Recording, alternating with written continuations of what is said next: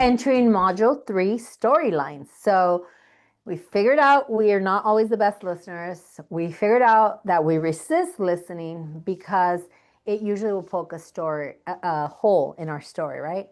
And what is our story, right? Well, we know that the blueprint for it is that we want it to fall under this perfection, guys, right? Like healthy baby, successful, create a family, and repeat.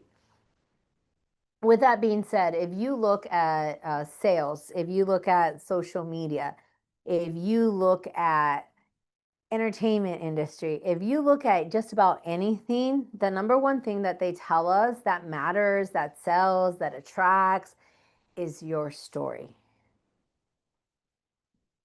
So a lot of our lives don't actually get to be fulfilled or fully expressed from what we have in our heart because we traded in very early on for the story. And what is that story? Well, we touched on it a little bit when we talked about like the different existence loop that we're in, right? Like we want to be able to mark off the checklist, right? But the other thing is that we want to be seen as right. We want to be seen as successful. We want to be seen as perfect. We want to be seen as good. We want to be seen as admirable. We want to be seen as inspirational. We want to be seen as worthy. We want to be seen as lovable. We want to be seen as valuable. We want to be approved. And so our storyline usually falls under an example is that if you were adopted, what does that do to the storyline of you being good?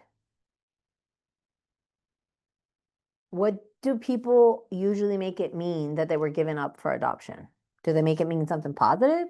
Do they make it mean something that reflects good on them? They usually carry a lot of strife that they were given up, right? What does it mean if the event that happened, the perception, if you were abused in some form? If we were, and I'm not saying that we think this way, but as a collective, as a social mental construct, if we were to stand outside of our local grocery and we ask people, hey, what do you think? This person got fired. A lot of people are going to ask, oh, what did they do? Or what happened? How many got fired? Were they the only ones that got fired? Right? And when I would do the workshop, I would ask, what do we tend to socially, mentally construct if somebody got fired? They weren't good enough. They didn't meet the demand. They were lazy, they slacked off, they weren't valuable, right? So what happened? Somebody gets fired, the meaning we give it, so then not valuable. What about if somebody got cheated on? Okay, well, somebody got cheated on. They not tall enough, not rich enough, didn't upkeep herself. They will give this laundry list. Again, not to be reflective of how we think as an individual, but collectively, that is a narrative.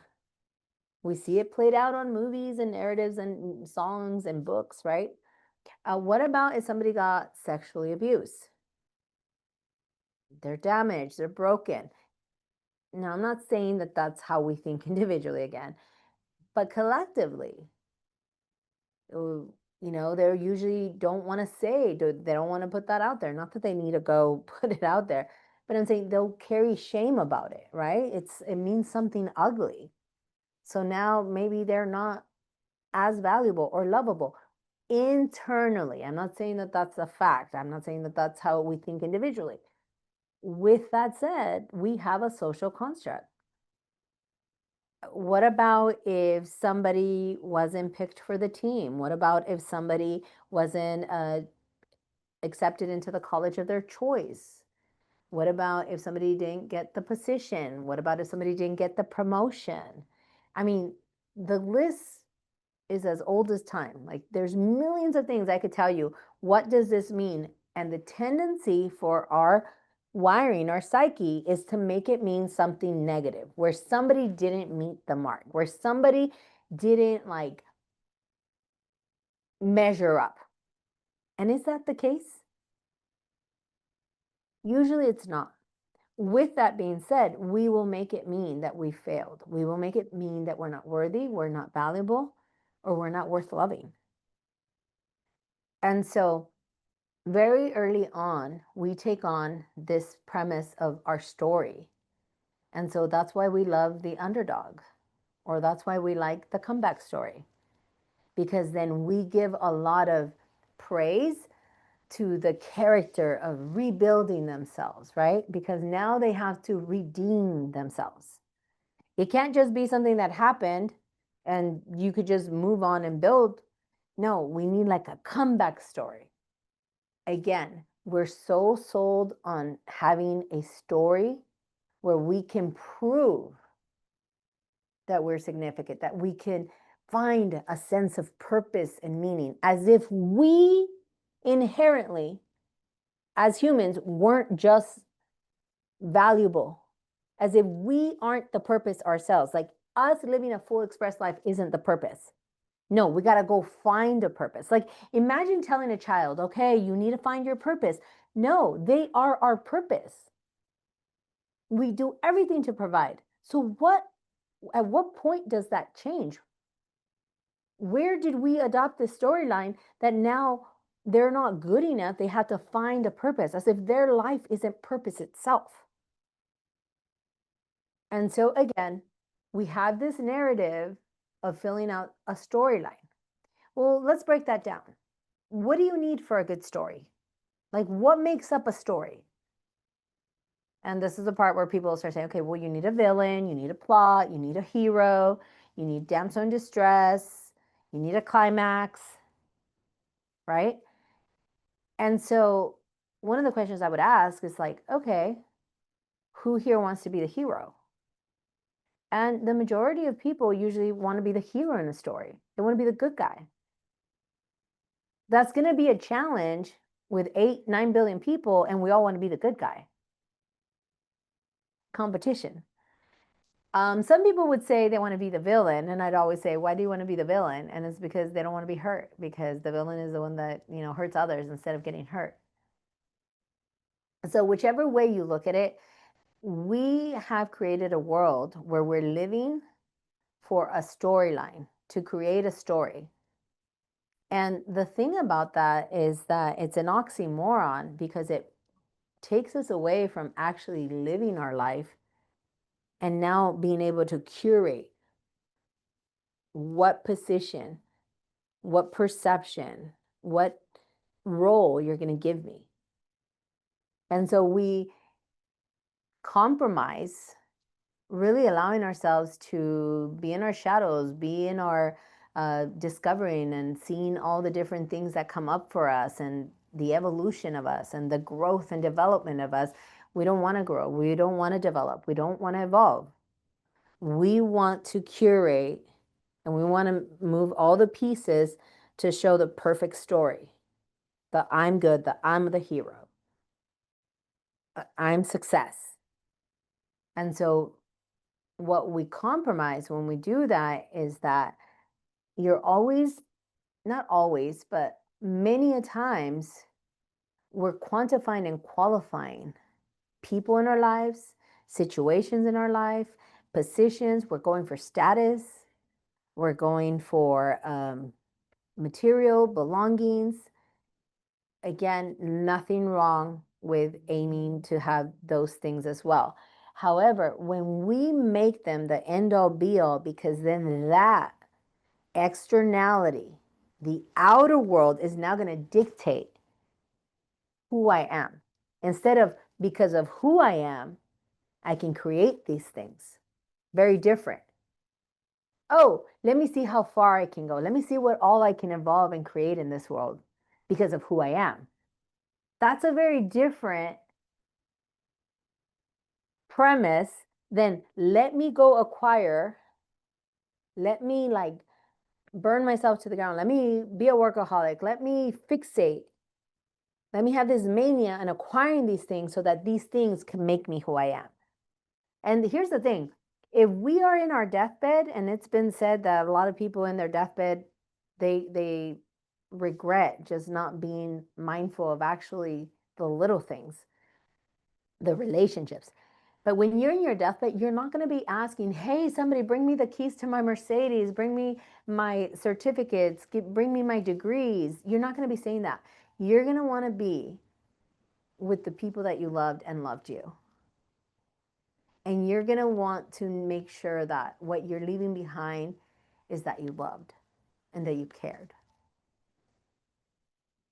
But somewhere along the line, we're so myopic in our vision of fulfilling a story that we forego actually becoming the full expression of what's in our heart, the song in our soul.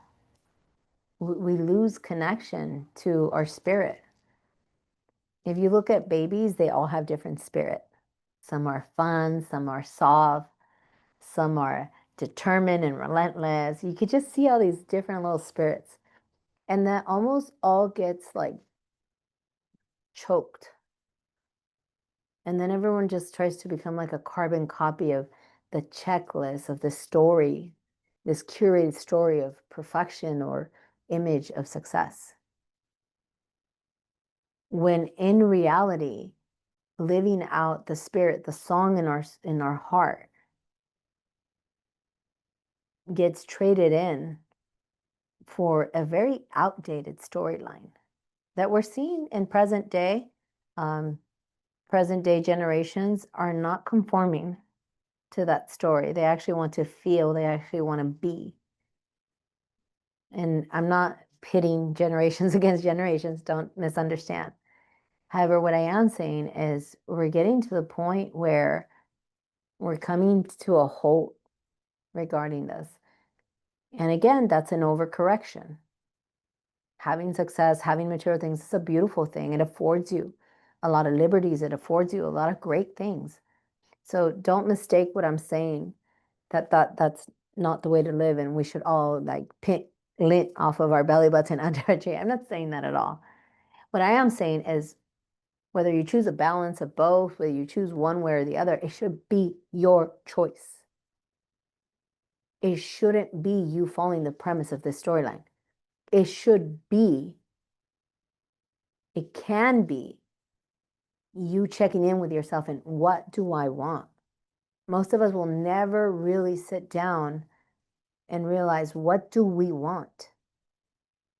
The reason I called the workshop when I started it 9, 10 years ago, peace and happiness, because that's what you always hear from people. I want peace, I want happiness, I want peace and happiness. And when I ask them, what does peace look like? What is actual happiness for you? What does that look like in your life? Just when I take it a little step further, we can have a hard time with that because we're so fixated. We're like a hamster on a wheel on this premise of running after the carrot so that you may deem me successful. Get out of the storyline and really understand that there's so much more. And there's a reason why we succumb to living to a storyline, because then we fixate on certain things. And one of the main reasons that we are in the hamster wheel of living in the storyline is unforgiveness. And so that's going to be in module 4.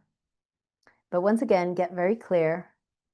Do you want to get off of this hamster wheel? Do you want to get off of the story that has been passed down, quantified, and qualified by the metrics that somebody decided moons and moons ago that sometimes is just depleting you from actually feeling alive?